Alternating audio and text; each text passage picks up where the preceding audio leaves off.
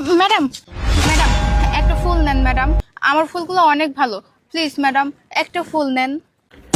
কি ব্যাপার? এটা তো আমার স্ত্রী। আমার স্ত্রী এখানে কেন?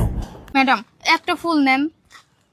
আরে ফুল নেব কেন তোমার কাছ থেকে? আর তুমি দেখতে তো মাশাল্লাহ অনেক সুন্দর, ড্রেস আপও অনেক সুন্দর, তাহলে ফুল বিক্রি কেন করতেছো তুমি?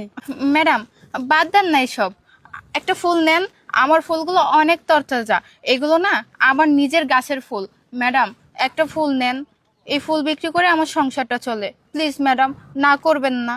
আচ্ছা আচ্ছা, দাও। তুমি যেহেতু এত করে রিকোয়েস্ট করতেছো, দাও, তোমার ফুলগুলো আমার কাছে দাও। আচ্ছা, তোমার ফুলগুলোর দাম কত? ম্যাডাম, আমার ফুলগুলোর দাম 120 টাকা। এই, ওকে 120 টাকা দাও তো।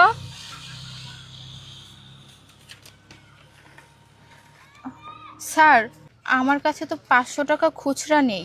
আরে না না, টাকা খুচরা দিতে হবে না, টাকা পুরাটাই তুমি রেখে দাও। তুমি না একটু আগে বললে যে এই ফুল বিক্রি করে তোমার সংসার চলে?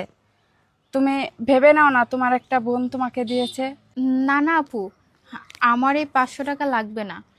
আমি আপনার কাছে ফুল বিক্রি করে যে টাকা পাবো আপনি আমাকে সেইটাই দেন। আর আমার ওই ফুল বিক্রি করেই সংসার সুন্দরভাবেই চলে। আমার আর টাকা লাগবে না।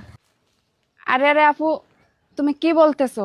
তুমি পুরা টাকাটাই রেখে দাও। তোমাকে বললাম না, মনে করবা তোমার একটা বোন তোমাকে টাকাটা দিয়েছে। আচ্ছা আপু, একটা কথা বলো তো, তুমি এভাবে রাস্তায় ফুল বিক্রি করতেছো কেন? তোমার ফ্যামিলিতে কে কে আছে? আসলে আপু, সবই আমার ভাগ্যের দোষ। আজকে আমার ভাগ্য আমাকে এখানে টেনে নিয়ে আসছে। এই যে আপনার পাশে ভাইয়াকে দেখছি, ঠিক এরকমই আমার হাজব্যান্ড ছিল। তাকে আমি ভালোবেসে বিয়ে করেছিলাম।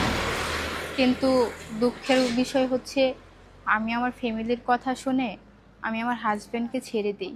আমার ফ্যামিলি থেকে আমাকে অনেকবার বলেছে তারা নাকি ভালো ছেলে দেখে আমাকে বিয়ে দিবে, আমি নাকি অনেক সুখে থাকতে পারবো, আমার নাকি কোনো কিছুর অভাব হবে না।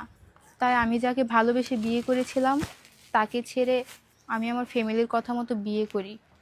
কিন্তু ওই ছেলেটাকে বিয়ে করার পর শুরু হয় আমার উপর অমানবিক অত্যাচার, নির্যাতন।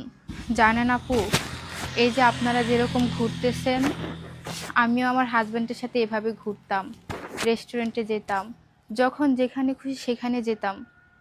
আর আমাকে অনেক ভালোবাসতো। কিন্তু আমার বাবা মার কথা শুনে আমি সেই মানুষটাকে ঠকিয়েছি। আমি তাকে ছেড়ে দিছি। আর আমার বাবা মার কথা মতো যাকে বিয়ে করলাম, শেষ পর্যন্ত সেই মানুষটা আমাকে ঠকালো। তাকে না আমার ফ্যামিলি অনেক ভালো জানতো, এবং কি আমিও অনেক ভালো জানতাম।